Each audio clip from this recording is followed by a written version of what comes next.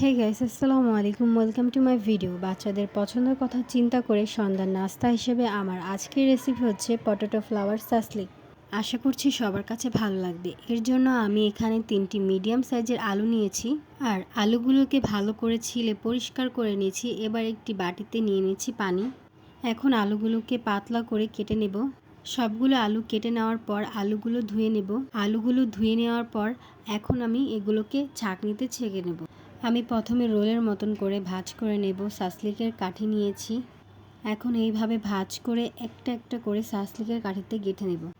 এরকম করে প্রত্যেকটা সাসলিক গেঁথে নেব। এবার আমি বেটার তৈরি করব। বেটার তৈরি করার জন্য যা যা প্রয়োজন তা এখন দিয়ে দেব। এখানে দিয়ে দিচ্ছি আমি 1 কাপের মতন ময়দা, দিয়ে দিচ্ছি বেসন, এখন দিয়ে দিচ্ছি 1 চা চামচ জিরা গুঁড়া, দিয়ে দিচ্ছি 1 চা চামচ ধনিয়া গুঁড়া, এখন দিয়ে দেব স্বাদ অনুযায়ী পরিমাণ মতন লবণ, এখন দিয়ে দেব 1 চা চামচ হলুদ গুঁড়া আর দিয়ে দিচ্ছি 1 চা চামচ মরিচ গুঁড়া। এবার অল্প পরিমাণ পানি দিয়ে আমি বেটারটা তৈরি করে নেব। প্রথমে বেটারটা ভালোভাবে মিশিয়ে নিতে হবে, তারপর প্রয়োজন অনুযায়ী পানি দিয়ে একটি বেটার তৈরি করে নিতে হবে। অনেক বেশি গাঢ়ও না, আবার অনেক বেশি পাতলাও না। আমি যে পটেটো ফ্লাওয়ার তৈরি করেছি সেগুলোকে বাটার দিয়ে লাগিয়ে দিচ্ছি। আপনারা চাইলে বেটারে ডিমও দিতে পারেন। চুলায় একটি প্যান বসিয়ে তেল দিয়ে দিব। তেলটা ভালো করে গরম করে নিচ্ছি। এখন এগুলোকে ভেজে নেব।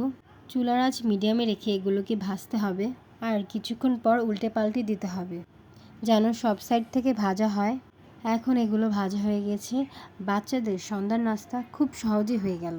আশা করছি আপনাদের কাছে ভালো লাগবে। দেখা হবে নেক্সট ভিডিওতে। আল্লাহ হাফেজ।